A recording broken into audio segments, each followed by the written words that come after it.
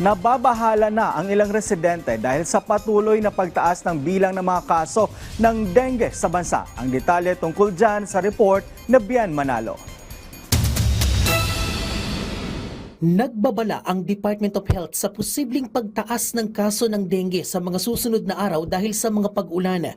Sa tala ng DOH, umabot na sa mahigit 15,000 ang naitalang kaso ng dengue simula July 20 hanggang August 2. Mas mataas yan ng 2% kumpara sa naitalang mahigit 14,000 kaso noong July 6 hanggang July 19.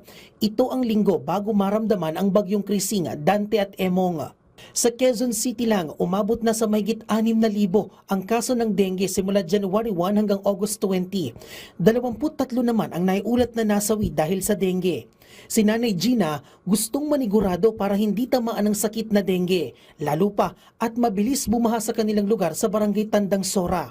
Nitong mga nakaraang bagyo nga, pinasok ng baha ang kanilang bakery. Nababahala po kami kaya po gumagawa po kami ng safety measure para po kami ay makaiwas sa mga dengue. Yung mga flower base namin dito pinapalitan namin araw-araw kasi alam naman namin na doon nag-stock up yung mga ng lamok, yung mga egg tapos magiging lamok. And then nag-spray po kami sa mga ilalim ng bahay, check namin yung mga madidilim na check po namin yon, spray po kami. Maging ang mga maliliit niyang apo, protektado laban sa dengue. Yung mga apo ko po, meron po silang off-lotion na nilalagay para protektahan yung pagkagat ng lamok. Tapos sa gabi, nakapajama po sila. Bukas pa rin ang dengue fast lane sa mga DOH hospital para mabilis na matugunan ang mga pasyente. Paalala naman ng kagawaran, panatilihin ang kalinisan ng kapaligiran para makaiwas sa dengue. Bumaba ng 18% ang kaso ng leptospirosis na naitala simula August 17 hanggang August 21. Sa kabuuan, umabot na sa mahigit 4,000 ang naitalang kaso ng leptospirosis simula June 8 hanggang August 21. Nananatili pa rin nakaalerto ang mga DOH hospital sa banta ng sakit dahil pa rin sa mga pag-ulan.